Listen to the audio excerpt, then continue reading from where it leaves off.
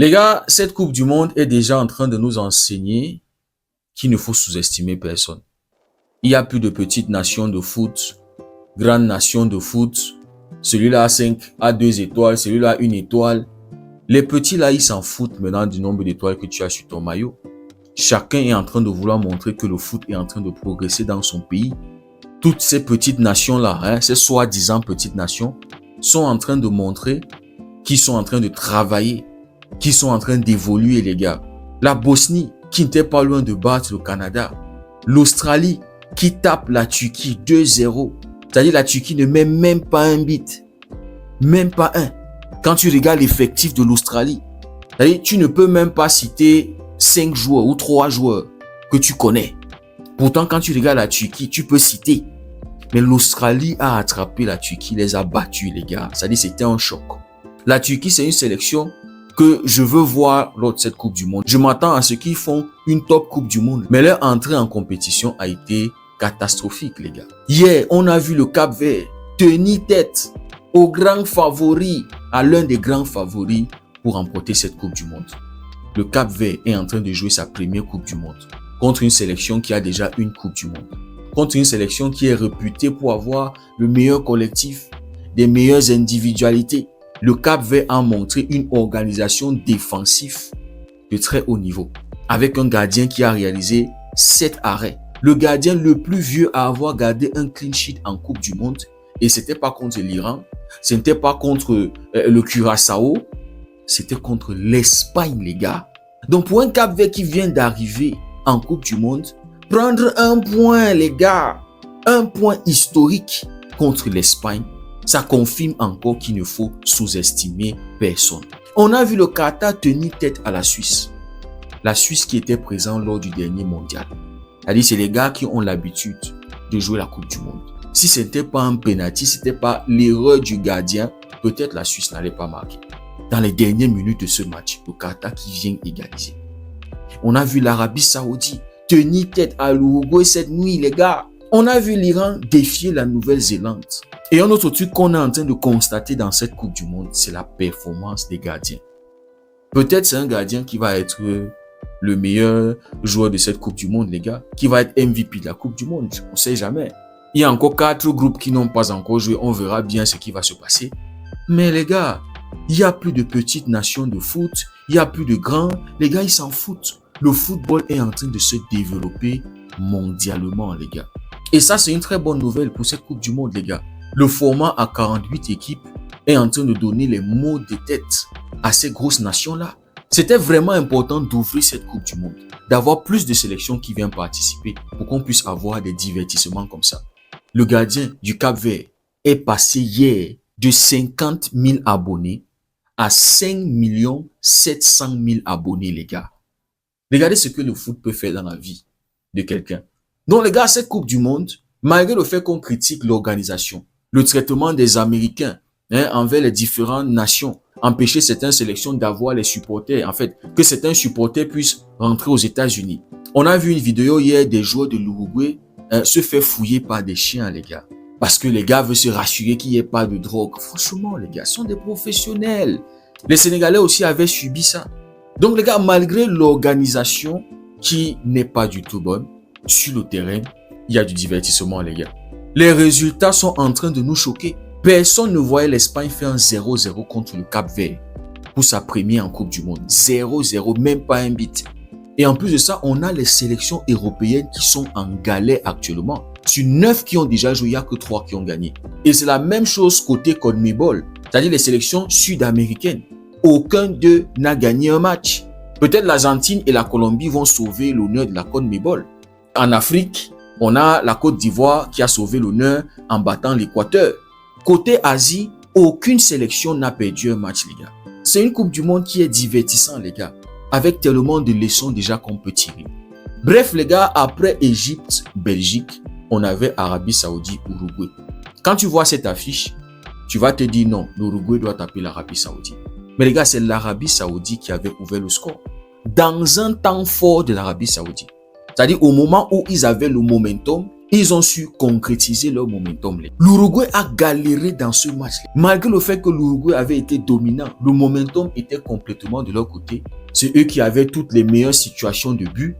Mais les gars, encore une top performance d'un gardien dans cette Coupe du Monde.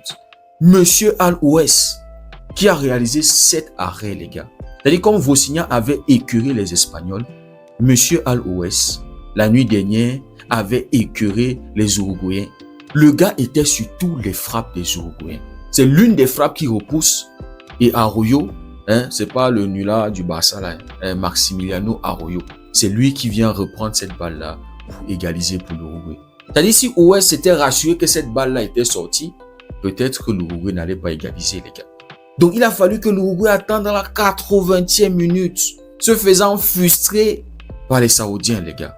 Le foot est en train de se développer. Personne ne veut se laisser faire. Toutes les équipes qui sont arrivées dans cette Coupe du Monde sont arrivées avec des intentions de faire une top Coupe du Monde, de laisser une impression. Peut-être sauf la Tunisie, les gars.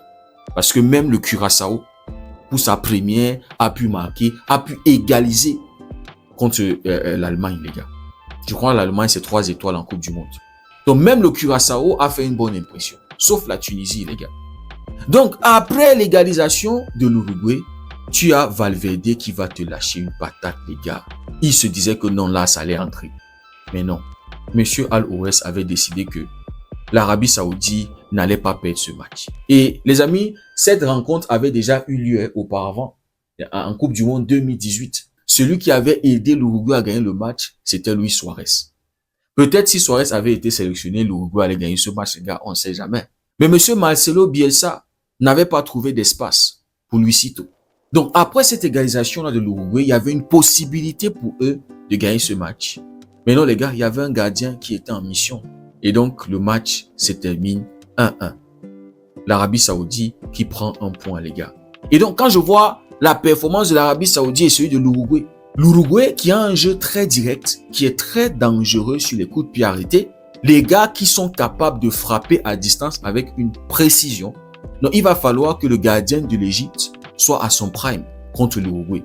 Il va falloir qu'il fasse le maximum d'arrêts possible. Parce que les Uruguayens sont très dangereux avec les frappes à distance.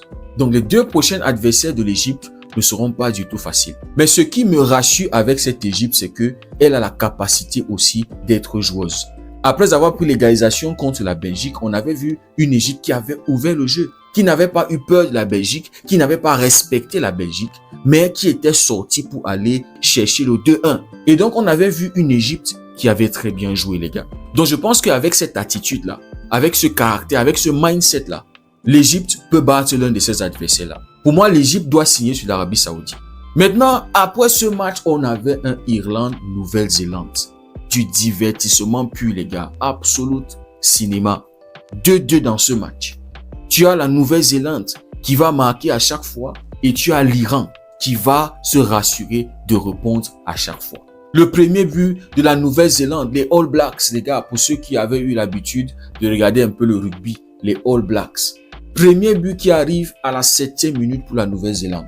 Chris Wood, l'attaquant de Nottingham Forest, expérimenté, 34 ans, les gars, va recevoir un long ballon de son gardien. Contrôle poitrine, c'est-à-dire dos au jeu. Retenir le ballon, ensuite faire la passe au numéro 10. Se projeter dans la surface pour que Singh lui remette encore la balle dos au jeu. Contrôle poitrine, genou, récupération de Just, but derrière, les gars. C'est pour ça que je vous disais, la présence d'un neuf dans la surface est super importante. Et puis les amis, on a un Iran qui ne va pas du tout se laisser faire. 22e minute, Mehdi Taremi, lui c'est un joueur connu, les gars. Mehdi Taremi qui va aller toucher le poteau. Premier alerte de l'Iran. Deuxième situation pour l'Iran dans un temps fort de l'Iran. Vous voyez, c'est ce qui me plaît avec cette Coupe du Monde, c'est que les gars gèrent bien leur temps fort. L'Iran, 32e minute, va égaliser. Le latéral de l'Iran, Monsieur Rami, il a un autre nom là qui est un peu compliqué, les gars. Mais c'est lui qui va profiter d'une mauvaise défense de la Nouvelle-Zélande. Une balle qui va être mal gérée par la défense. Le gardien qui ne va même pas sortir, qui va rester là en mode spectateur. Tu as le latéral de l'Iran qui va venir égaliser, les gars. Et puis les amis, juste avant la pause, sur un coup de pied arrêté, l'Iran croit avoir mis le deuxième but, le 2-1, mais au jeu. Donc on revient de la pause à la 54e minute. Tu as encore cette belle combinaison là entre les attaquants de la Nouvelle-Zélande. Chris Wood, Sink et Jost. Des magnifiques combinaisons entre eux, les amis, pour le 2-1 de la Nouvelle-Zélande. Et comme lors du premier but, Chris Wood est passeur décisif pour Jost. Les deux que j'ai trouvé avoir une très bonne relation sur le terrain, les gars. Et puis, les amis, 10 minutes plus tard, tu as l'Iran qui va venir égaliser. Et c'était à Los Angeles, dans le stade où les États-Unis avaient allumé le Paraguay 4-1. C'est-à-dire ce match-là était du divertissement pur. Le match qui a suivi était encore un autre divertissement, les gars. Et c'est encore Ramin, les gars, passeur décisif cette fois, qui va déposer un caviar sur la tête de Moebi. La finition était juste magnifique, les gars. Tête croisée, poteau rentrant. Franchement, magnifique. Un match complètement divertissant, les gars. 2-2. Et comme je vous disais, les petites équipes sont en train de surprendre les grosses équipes. Et même les moyennes équipes, en fait. Les petites équipes ne sont pas en train de se laisser faire. C'est-à-dire les deuxième et les troisième journées promettent d'être très divertissants, les gars. Franchement, je suis en train de kiffer, les gars. C'est vrai que c'est compliqué de suivre tous les matchs puisque c'est dans la nuit, sommeil, machin. Mais les gars, quand je me réveille, je me rassure de chercher mes résumés et de consommer. Les amis, j'espère qu'on aura encore plus de surprises. Peut-être même avoir la surprise sur celui qui remporte ce mondial, les gars. On verra bien. Il reste encore 4 groupes. L'Argentine va jouer cette nuit. La France va jouer. On a encore la Norvège. On a l'Irak. On a la Colombie. Il y a Portugal, Congo, les gars. Ça promet encore plus de divertissement. Dites-moi ce que vous en pensez en commentaire. Si le contenu vous a plu, likez, partagez. Pour ceux qui découvrent cette communauté, n'hésitez surtout pas à nous rejoindre. Merci beaucoup d'avoir suivi la vidéo. On se dit à très bientôt. Passez une belle journée et que Dieu vous bénisse.